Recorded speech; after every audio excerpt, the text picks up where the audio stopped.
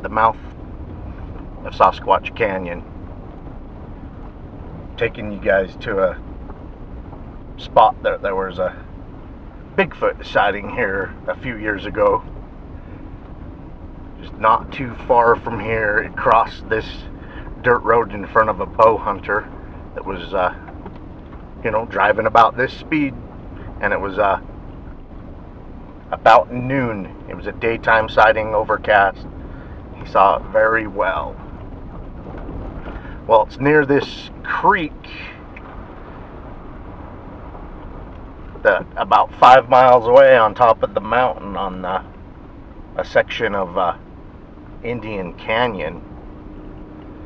A guy had a Bigfoot sighting right up there where the creek is a spring that feeds down into here. Alright, what really interests me about the sighting up at the top of Indian Canyon is that's about this guy's Bigfoot sighting was about a half a mile away from mine. So people are seeing the Bigfoot on both sides of this creek. And then you go one more canyon over that parallels this creek and spring. It runs down through reservation property. So I really can't Bigfoot back in there. Way back in there, there's an old homestead that's grandfathered in, that's a private ranch. Can't Bigfoot on that. But right at the mouth of all of that, where the actual sightings have happened, I can poke around there, and then the next canyon up, Sasquatch Canyon. I'm gonna take you to the edge of the reservation property.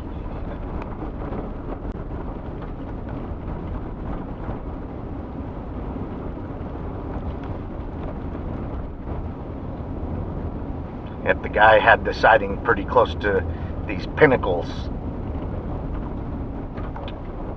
Yeah, we're really close to where it ran across the road. It's just this general location.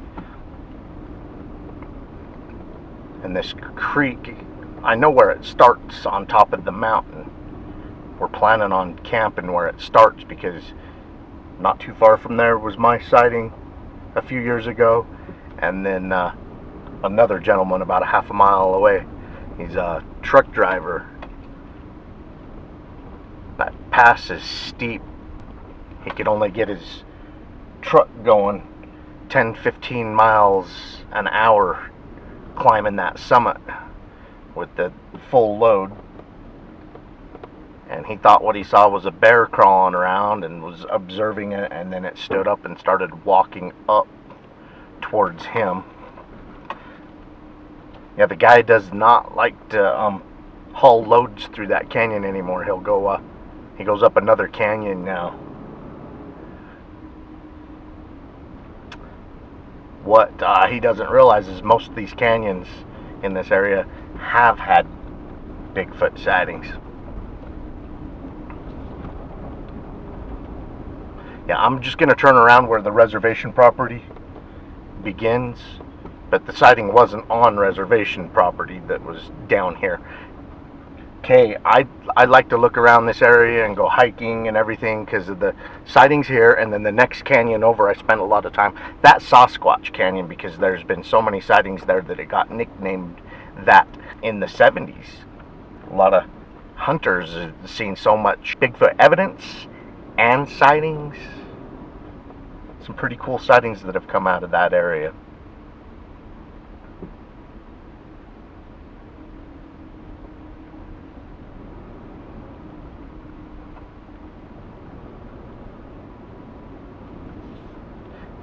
Yeah, I can drive the entire reservation. It's just you can't get out of your vehicle. You have to stay on the road and stay in your vehicle. And then on the other side, I was surprised to find it back there, a private ranch, working ranch too.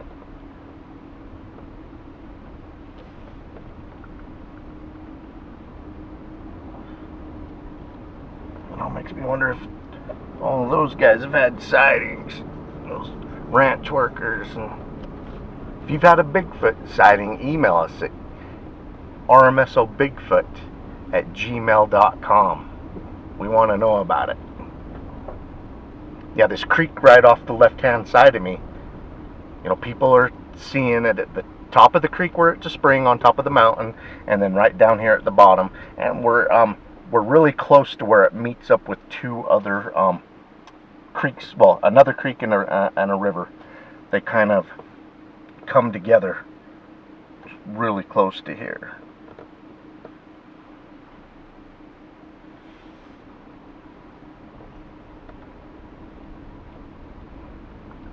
Okay, and after this, it's reservation property for, I don't know, 10, maybe 15 miles, who knows, before you hit that ranch. Okay, I've just kind of wanted to look around here, show you guys, kind of put it in relation. Now, I'm not going to follow the creek on this side all the way up. I got kicked off that ranch the last time I was there. I thought it was like this reservation property, because it's a state maintained road and everything. You can drive up and down it, just can't get out. But once you hit the ranch, they own that road. Yeah, one of the guys out there working come up and informed me I was on a private road.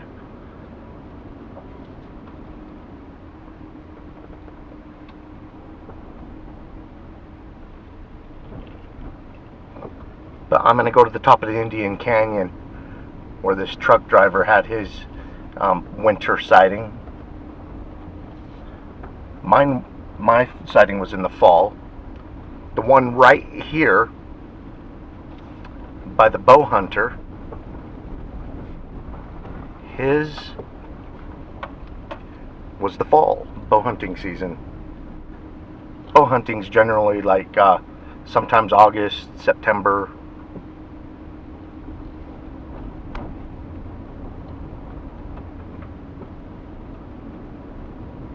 Yeah, mine was in September, I believe. I'll have to go back and look at the video for the exact date. Yeah, my videos get time stamped, so I can go back, look, and know exactly year, date, and time.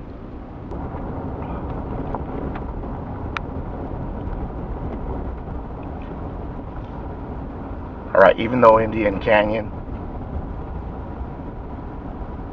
at the top of where that spring is about 5 miles as the crow flies, I can't follow the creek up to it. As a matter of fact, the road runs out back there.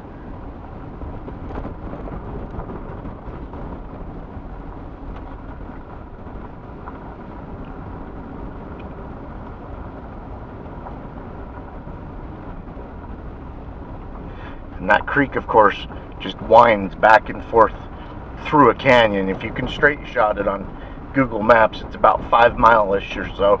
But when you actually follow the creek, it's more like 15 miles. Now, I'm going to be driving around out on the main roads and stuff, so it'll be about 20 miles. Plus, my sighting happened on the main road, and so did this truck driver. Amazing area.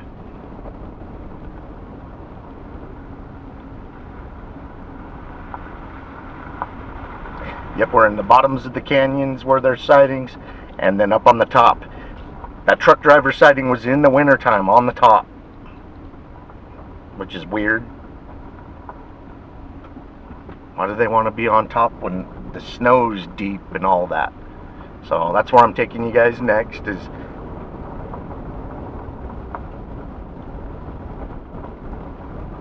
I'll show you guys the mouth of the canyon.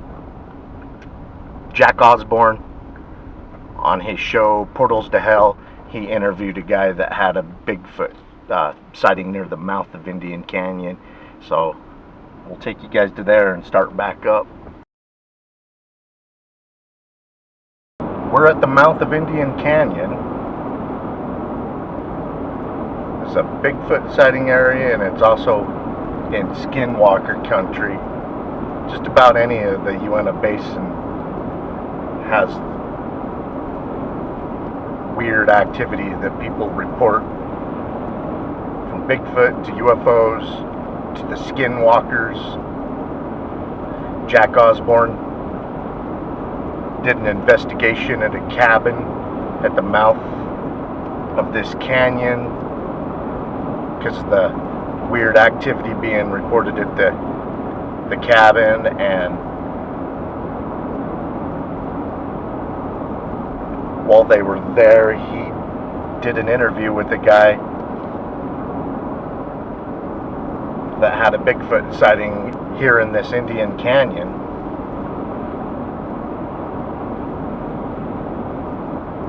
He was on horseback and was trying to catch it on horse, and he couldn't catch up with it. Oh, amazing speed, and not just speed and endurance. I mean, if you can outpace a horse,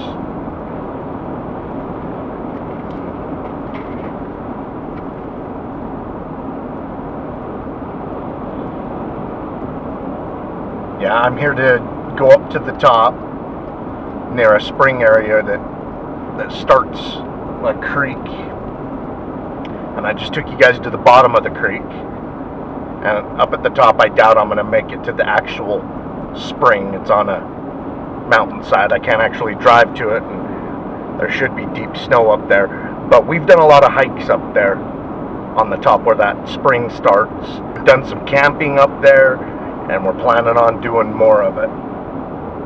We're going to try and arrange something with Brody and Derek and get all four of us to camp where all this activity's happening. This guy's Bigfoot sighting up at the top of this pass. Very interesting to me, because how he explained where his happened is only a half a mile from where I saw the creature a few years ago. Wasn't even there looking for Bigfoot at the time. We were coming back into Utah from a Colorado expedition where we had been there for a week, and we were going to go through Spanish Fork to get home. Jenny and I had to work the next day, been gone a week. It was late. Fastest ways through Spanish Fork, but there was a massive wildfire, and they closed down that canyon and redirected people that needed to go north through this canyon.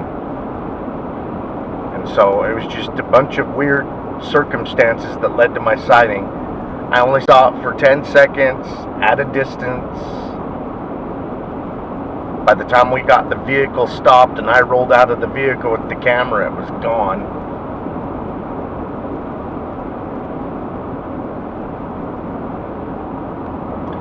But the fire may have put us there at the same time as it. Who knows, maybe it had evacuated the area, but whatever.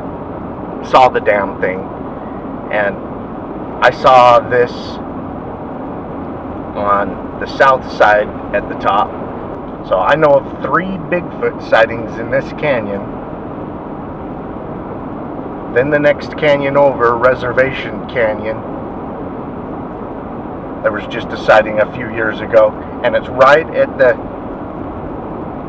creek. And I know where the spring that starts the creek that goes down into this Reservation Canyon. It's up at the top. It's close to where this guy and I had our sightings. And I'm pretty familiar with the area because after I had saw that creature just before dark, and this is a well-known area for Bigfoot sightings. I mean, 2 more. I mean, you got Reservation Canyon. The next one over is Sasquatch Canyon, real famous canyon for Bigfoot sightings. And on the top of this Indian pass, on the ridge line up there, you can drop down into both those canyons, Reservation Canyon and Sasquatch Canyon.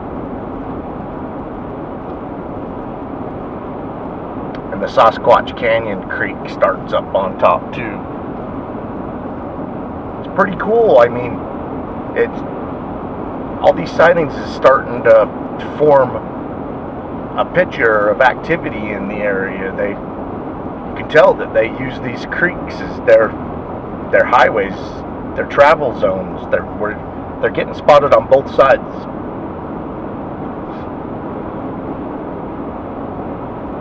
On my left-hand side, about 10 miles, is Skinwalker Ranch.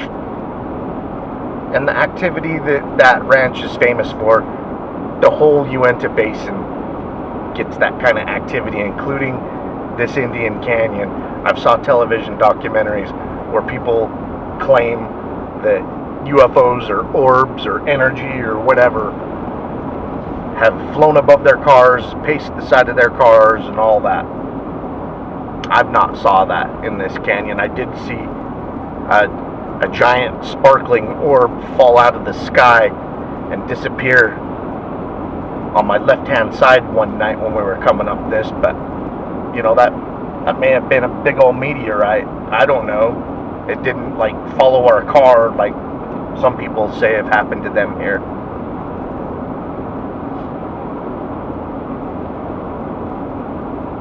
So yeah, this is Skinwalker country, and it's Bigfoot country. You know, I'm not going to make fun of this Skinwalker phenomenon.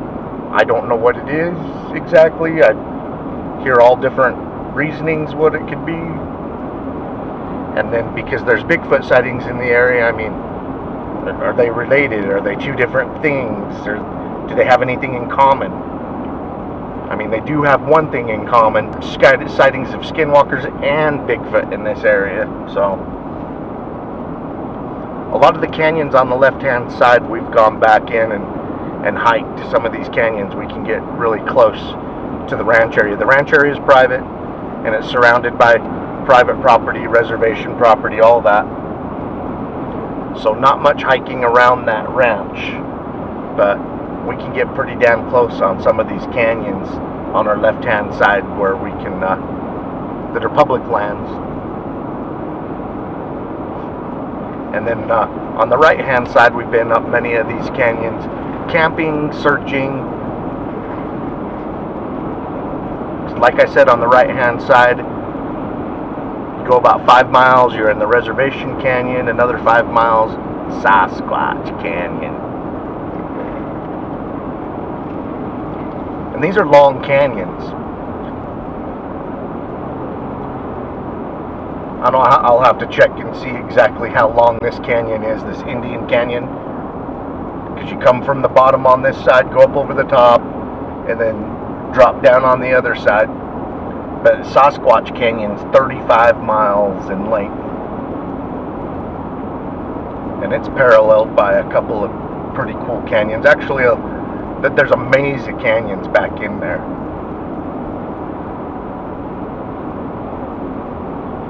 Yeah, Butch Cassidy, he's left treasures behind, people say. And this is one of the areas that they think he may have stashed about 100 grand in silver coins. And I apologize, I don't know if it's 100 grand then or if they're worth 100 grand now. But they're supposedly in mason jars hidden somewhere in these areas. So you get some treasure hunters back here poking around, and I know a few. That's why I know about that mystery. I've talked to several people that think it's in these canyons, and they go looking for it. Yeah, some of my treasure hunting friends, not only are they looking for the Butch Cassidy treasures in the Uintas north of here,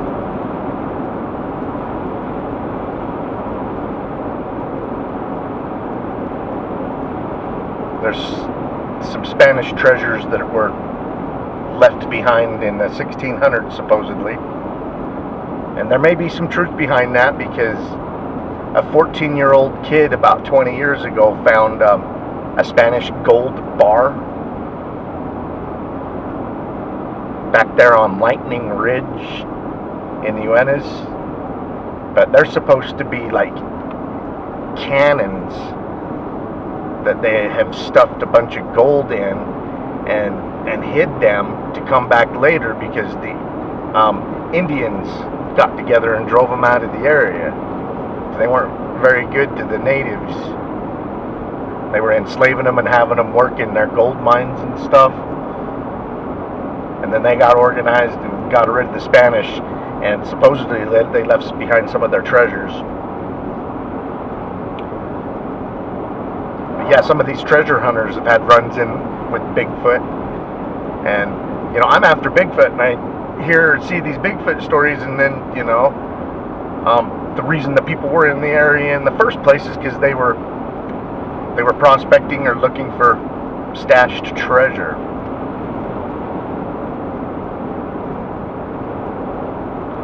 Cool things you find out when you come and investigate and start talking to these sighting report witnesses and stuff.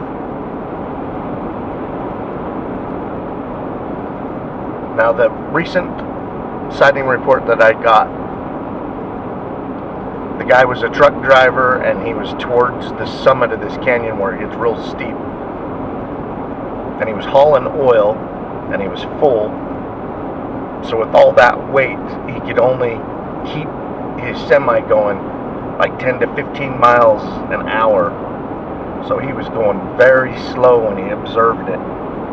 It was on all fours. He thought it was a bear, and he started observing it, and then it stood up and started walking up the wash that he was observing it in. And now he tries to avoid this canyon. He's not comfortable coming up this canyon. When he's trucking, he takes another one like 9 miles from here.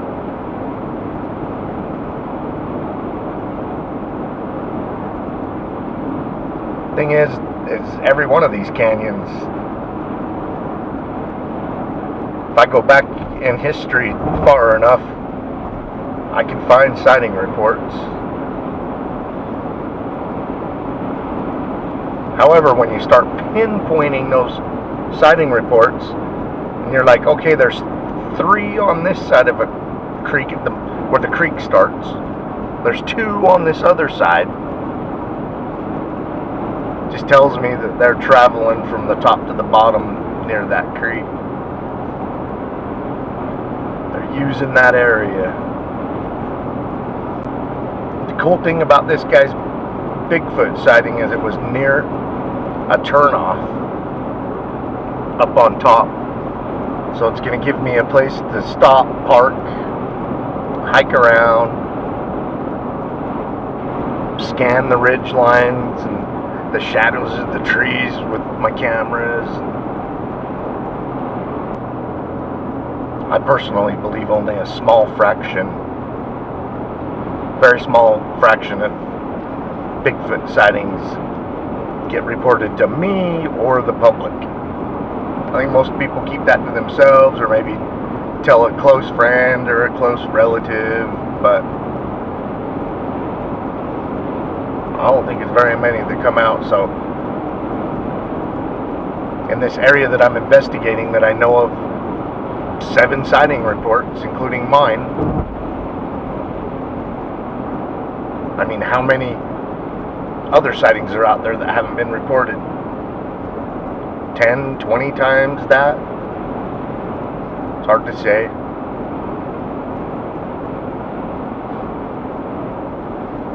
Yeah, we like areas with multiple Bigfoot sightings.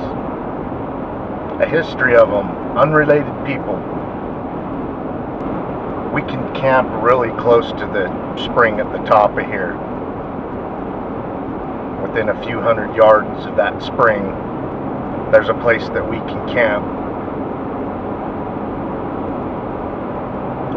Our plan is there to at that location is to start camping there, utilizing the space. See if anything weird happens, vocalizations, get lucky, spot it again. I'm saying again because I've already saw it once up here. not too far from the location that we're going to start camping. Yeah, after I saw that, we really started dissecting this area.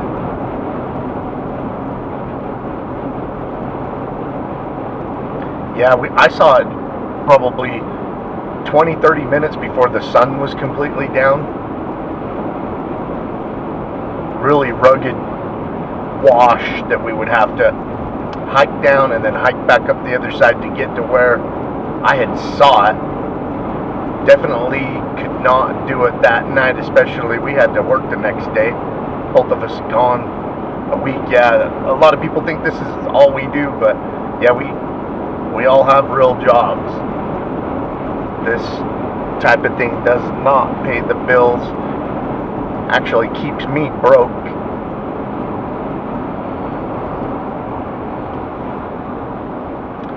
It's a passion, so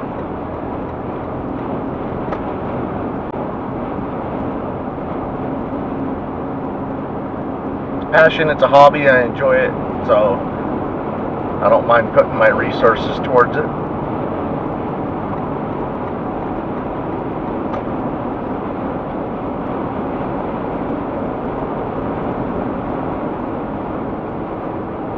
Last time we was in this canyon, Jenny filmed a coyote.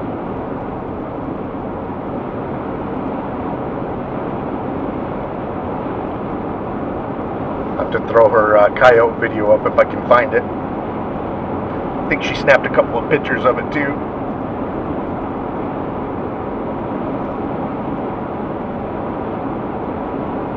I know they didn't say that a skinwalker can shape change into like a coyote, a wolf, or a dog, or whatever. So then when you're in a place that's skinwalker country and you see that, you're like, but it looked like a real coyote to me.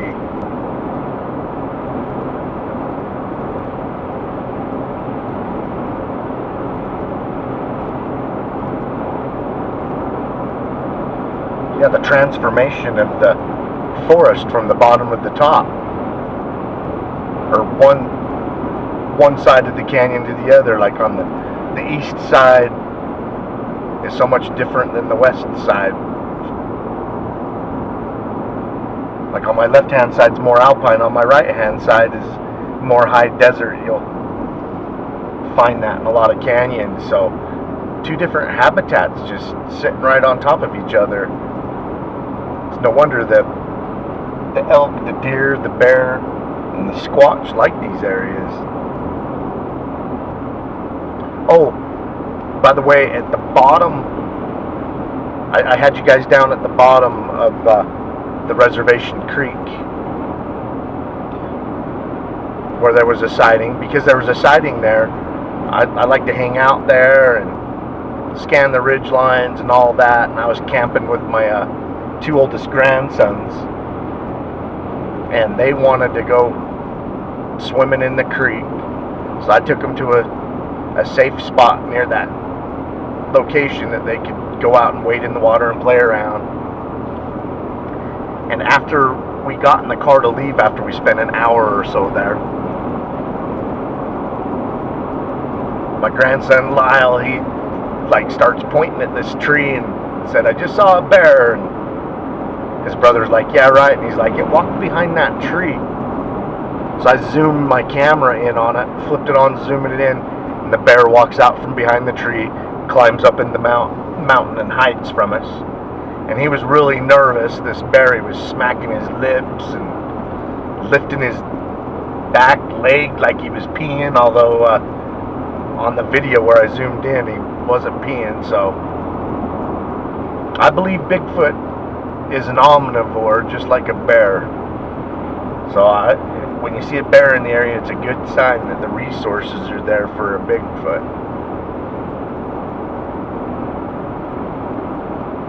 And heck, Stone Age men, the Indians used the heck out of these areas. As a matter of fact, the first mile of Sasquatch Canyon, I've been shown photos of the natives over 100 years ago. They would set up their winter camp at the mouth of the canyon, and there's a lot of deer and elk, and they would hunt them, and you would see in the photos they were smoking all the elk that they got for the winter time. And I have to agree, it's a good wintering place. It's at the mouth of the canyon. It's kind of mild. I mean, once you get up on top, it's horrible, but in the wintertime. But at the bottom, it's pretty nice. And the elk like it there. They herd there in the wintertime. And I think one of the reasons they herd there is there's a lot of food. There's a lot of sagebrush back in there. And then there's acorns. Just hundreds and hundreds and hundreds of acres of acorns because of the oak brush. And then you also get the pine nuts. You got the right kind of pine back in there that produces pine nuts. Not to mention all the berries.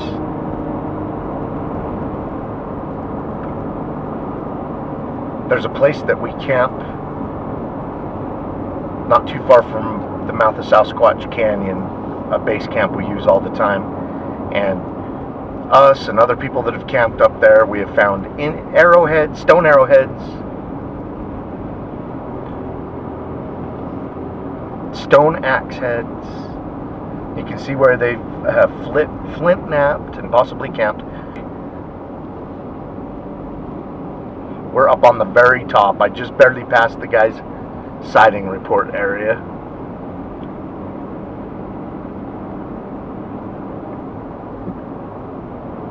Let me see. No. He told me the name.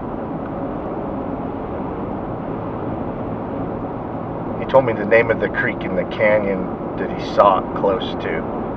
We're not quite there yet.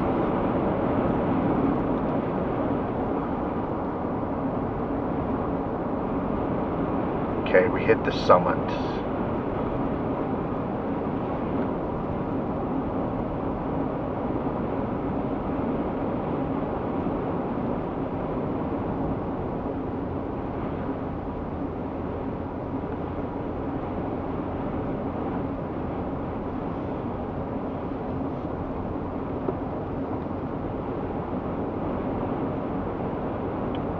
Really close to this summit.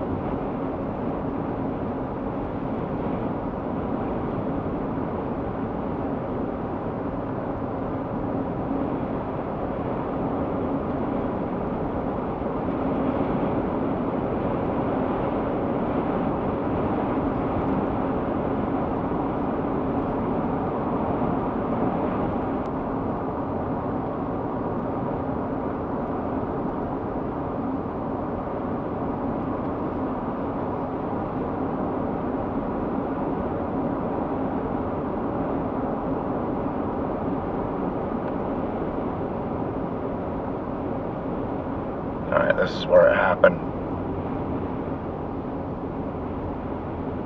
Here's the turnoff right here on the left. Muddy this time of year. But to your right, we go back there and camp and search, and the spring's right back there. Okay, so, and there's another turnoff right here, so his sighting happened close to right here. And he was in this type of a truck that's in front of us, an oil truck. Look how slow that guy's having to go. He's backing up traffic.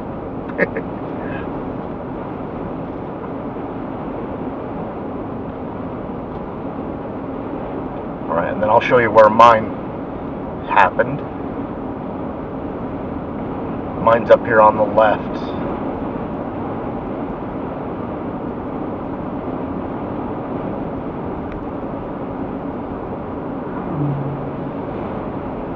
Okay, see that turnoff right there? That's where we pulled off after I spotted it, and I jumped out with the camera. And the mountain up on the left, that's, I mean, just right across there. I spotted it right here at this spot where we're at right now. And then I told Jenny, pull over a Bigfoot.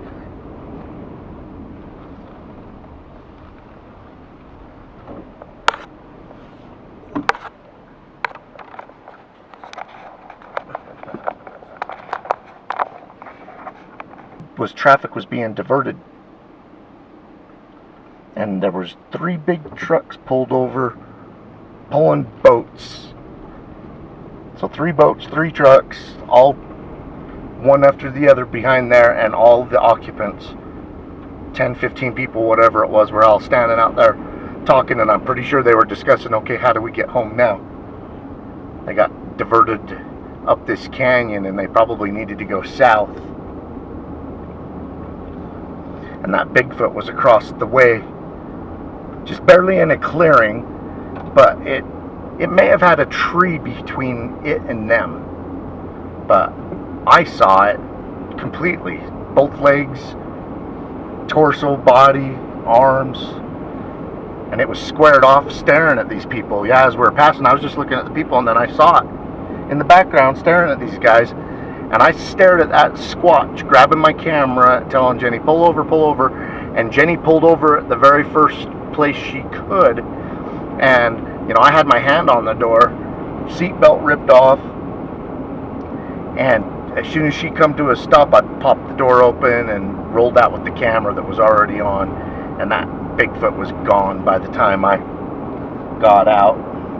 And we reviewed the dash cam footage, and it wasn't in the frame of the dash cam.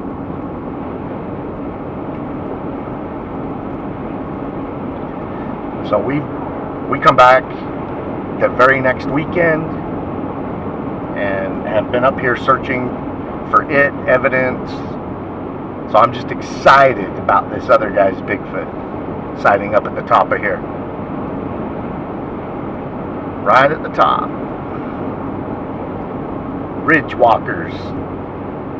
His was winter time, mine was fall. So that's pretty crazy. It's on the top in the middle of winter.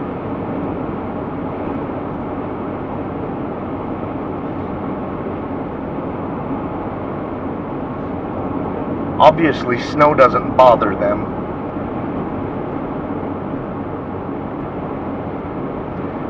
I mean, the big, wide feet, all animals that spend a lot of time in the snow, they develop big, wide feet, like the snow leopard, bobcats, mountain lion,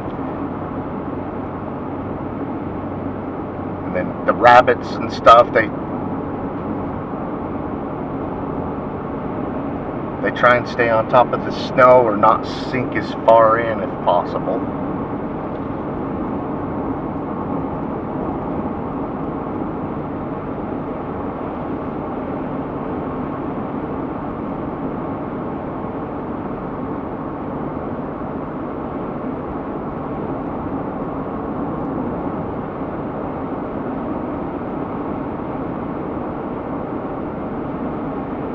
Alright, well, there was a look. We were near the mouth of Sasquatch Canyon.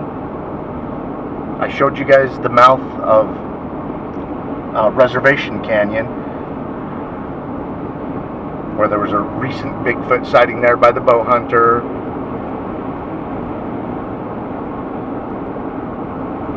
And then my sighting and this truck driver sighting probably isn't even a full half mile apart after driving up here and identifying the spot that he saw it.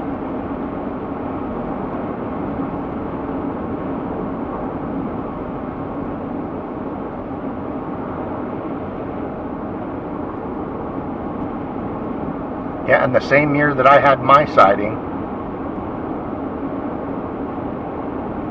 was that guy on horseback that Jack Osborne interviewed.